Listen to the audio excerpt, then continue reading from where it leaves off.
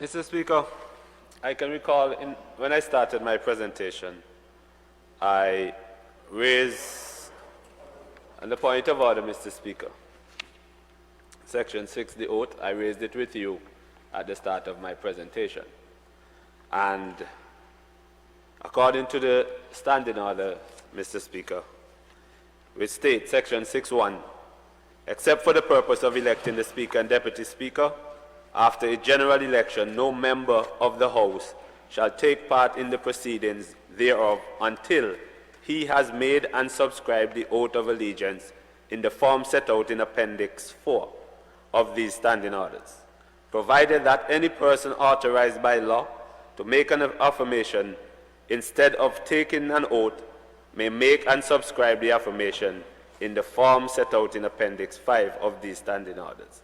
Now, Mr. Speaker, I raised this earlier, Mr. Speaker, that the member for St. Mary's North, St. Philip's North, didn't subscribe the oath.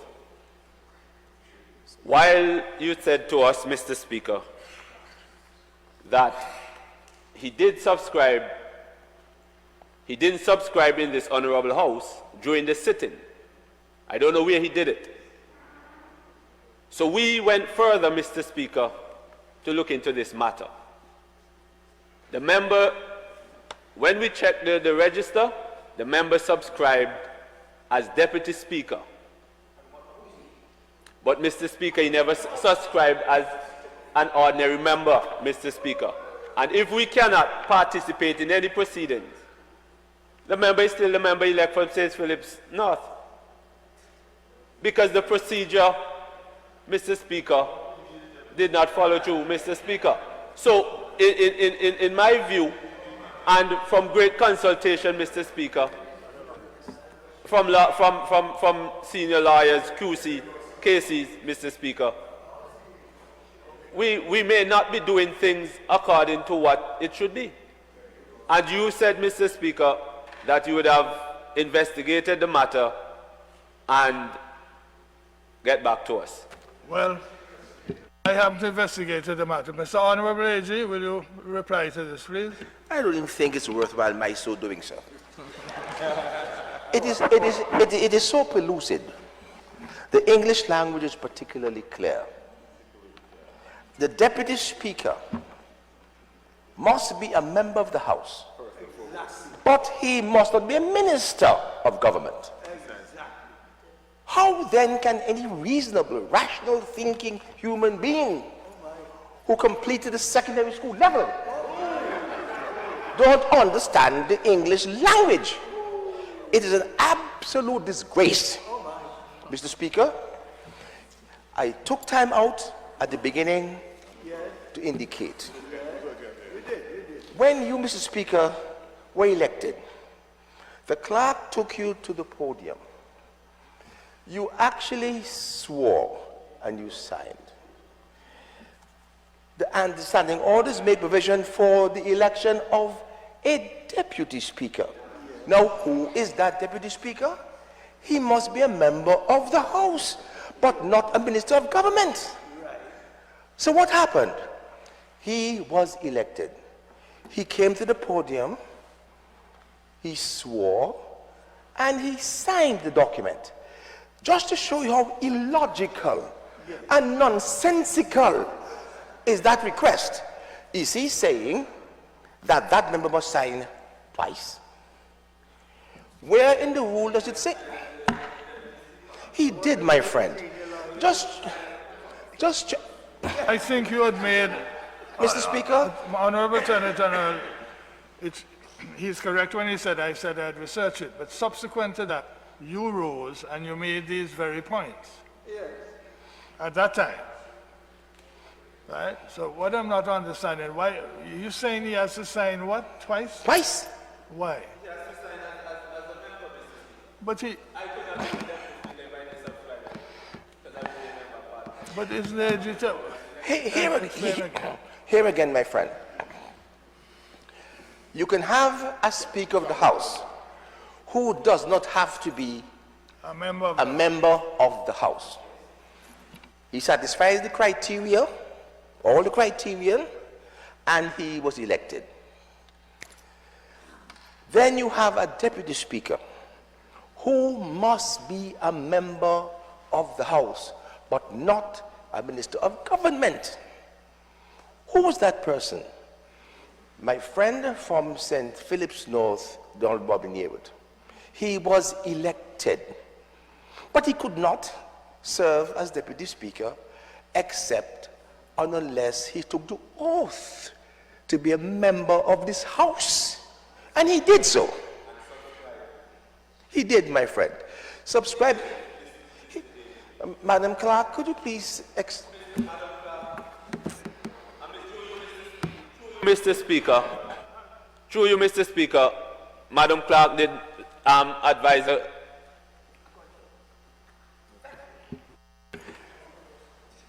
Primary evidence is always the best, you know.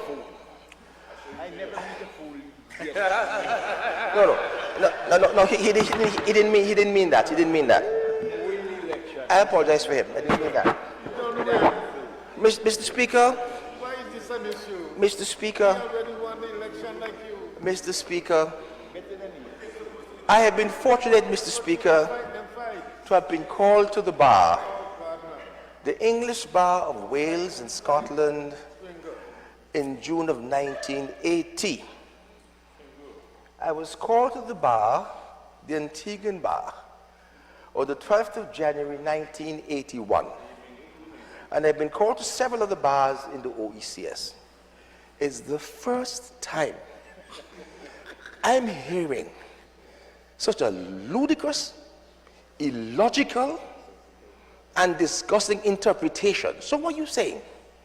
Look, my grandson, who's 11 years old, would understand that. 11. And you won't want a teacher? Richard, save us the trouble, huh? Let's bang here in June, right?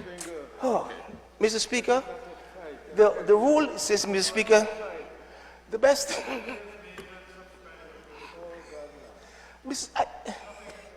Mr. Speaker, I want to apologize to the people of this nation. Please forgive me. No. I must apologize because Richard. I ought not to have said the things I said. It was wrong. Richard. I should not have said the things I said. I just got angry and just replied to what's going on. I was frustrated. So please, the nation of Antigua and Barbuda, and my friends who are looking at me, I know from England, my colleagues from the Great Brazen, they're watching me, my friend. I apologize most sincerely because conduct must always be at a particular level, and I apologize sincerely to the nation. The big point is whether he has signed the book. Really? Okay, so if the book comes and signed, that's the end of the matter? All right, the book is on the way. Mr. Speaker, I want to, with your permission, sir, no matter the sweet sounding words of the learned Attorney General, I must read the House standing rules literally. The world is looking at us, and the Speaker must at all times uphold the rules of this House. It clearly says in section 6(1), except for the purpose of electing a Speaker. Member St. Peter, I see you rose and started to speak, and I have not acknowledged you I'm yet. sorry, sir. So when And you you will not recognize me, speak unless I acknowledge you. Thank you. If I need to, I recognize you to speak, and it's fine.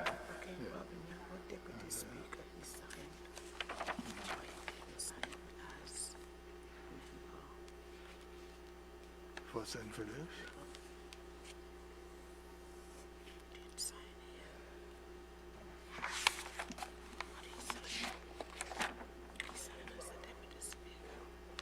But he can't be a deputy speaker unless he is deputy speaker. He have to be a member. Yes. But he didn't sign that. He didn't sign that. All right, but show it to the attorney general and show it to the...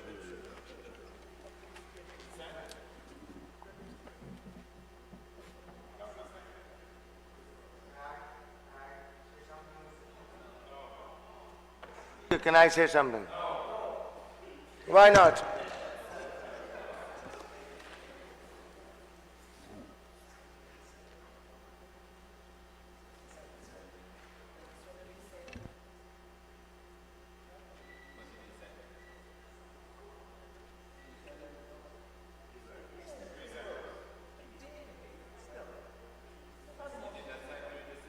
Furthermore, sir, if I may, just for clarity, for clarity,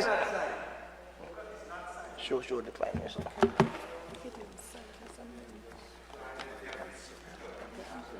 You sign it now. They sign it. They sign it. No, no. Let me sign it. No, we cannot condone ignorance. But does it hurt? No, it does not. So let me sign it. It does not. But the fact is, Mr. Speaker, with respect, where the law is silent on a standing order procedure, and there is a difficulty under a particular section, we, the House, we in the House can pass a resolution to correct any abnormalities, that the rules be suspended, and therefore we act accordingly. So if in fact, no, I'm just talking about the other side of the argument, my friend. Look, at this The point, other side of the argument. But in any event, Mr. Speaker, Honorable Leader of the Opposition, I and am... listen, there's one person at a time. Yes. The attorney, two people can't be on at the same time. Point of order? What's the point of order? It would appear that the member for St. Philip's North is now signing the book. He cannot now sign the book to cure what he didn't sign, because the rule requires him to be a member who subscribed to the oath before the proceedings begin. Was Cannot do it? it after the proceedings. The vote and subscribe to the oath must be done prior to the beginning of the proceedings, not after. And Mr. Speaker, my learned friend's position,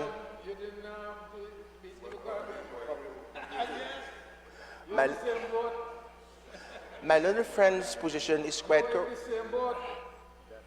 My learned friend's position is quite correct. But the difference is, he signed as a member. He could not, Mr. Walker, he could not have signed as Deputy Speaker except he was a member of the House. Can't you understand it? So that what we're talking is a procedural error? Is that what it is? Well, if it is a procedural error, the Attorney General is the person who advises the House on all matters. You advise. I am What is satisfied. your advice as of now? Mr. Speaker, I'm satisfied. I am satisfied beyond any question at all that you're the lawyer. I'm satisfied. I take your point, Mr. Boyne, you're quite correct. I'm satisfied, Mr. Speaker, that on the day in question, when the member for St. Philip's North signed as Deputy Speaker, he could not have signed except and unless he was a member of the House. Whatever else I follows, think we can agree on that. That is clear. that is very clear, Mr. Speaker. And if you go back and look on the tape, my friend, Mr. Pringle, you're my brother, you would look and see at the time he was speaking to the clerk, and the clerk told him, you signed already. You don't see that in the tape? You signed already. No, not check your eyes. Just check the tape. So, Mr. Speaker, my advice, Mr. Speaker, to this House. As far as I'm concerned, in any event, and I don't want to necessarily give the advice, but the standing orders, this is a standing order. It's not a rule of law. That's It's not a right. constitutional position. It's a standing order. The House allows for the House itself to remedy any procedural error, and you can do so very easily. That's the point I was making. It The point certainly is not- we it's- can it's make certainly, rules at in my any view, stage. It's, No, I said it to you, no, I would never belittle you, my friend. There's no need to. Leader of the opposition. There is no need. There is no need to do that, my brother. Well, listen now.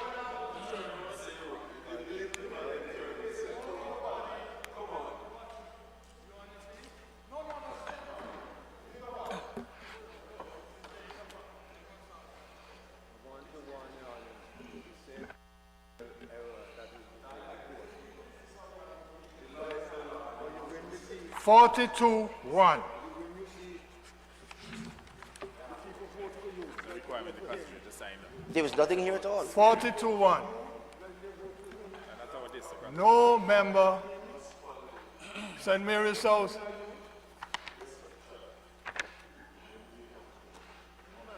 (42-1).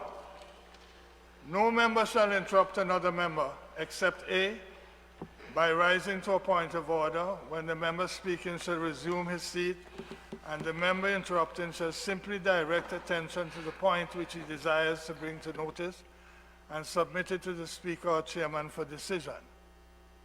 B, to elucidate some matter raised by that member in the course of his speech, provided that the member speaking is willing to give way and resumes his seat, and that member wishing to interrupt is called by the chair.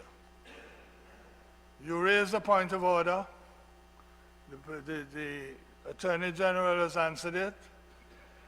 I have made a preliminary ruling. I have said to me that it seems to me that even if you're right, that the House can correct the issue. It's a procedural issue. And for anyone who thinks that that's an issue that's going to vitiate all of this, good luck to you. Do what you have to do, but check your law well, because the court does not overrule Parliament. But you want to go that way, go that way. But my point is that I don't want any crosstalk now once the Attorney General says feet. And anybody that crosstalk, consequences will follow. When the new members came, you recall my saying that I'm going to allow crosstalk, but when it comes and I ask for it to stop, it must stop. And that's not happening. So I'm not revoking the two, but right now there will be no interruption. We'll sit in silence as per the rule. Now, the Attorney General, will you just indicate, first of all, my ruling is that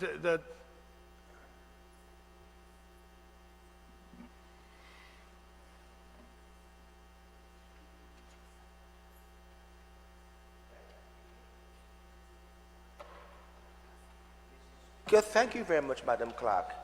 We have some precedent in this very House. We have some precedents from this very House where what has happened, alleged to have happened here, happened before. all right, let's get on with it. Yes. That happened to do, Mr. Something Speaker, else. with London Benjamin, who signed only once, and he was So allowed. that has been a precedent. All Yes, right. President. So it's a matter of the House deciding whether he has to sign twice or not. We have a precedent. So, Mr. Speaker, And even if in the event that he has to, the House can correct any error, procedural error. It would be different if he was not elected. He's been elected. The signing is a procedural matter, By the way, the sign and it came does from not the vitiate his. so, Mr. Speaker, So requirement in law. I would suggest that we proceed. Mr. Speaker, very reluctantly, because I don't think there's a need to. I don't think there is a need to. The law is pellucid. But ex abundio cordella, out of an abundance of caution, I look at section 96 and ask that the orders be suspended, and I move by way of motion a resolution.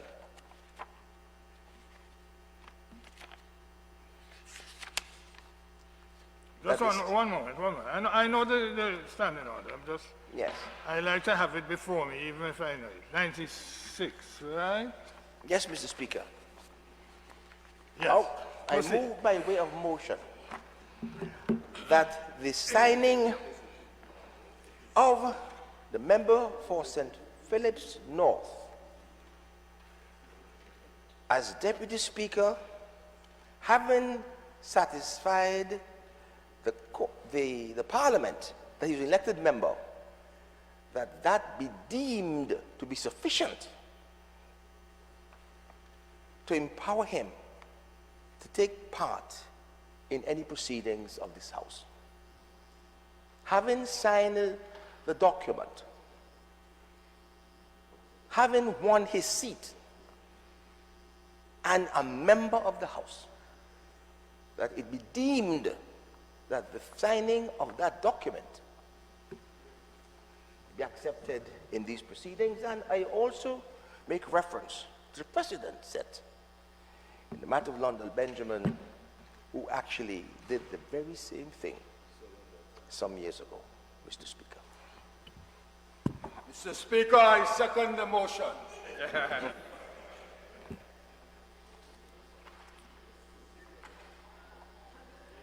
No,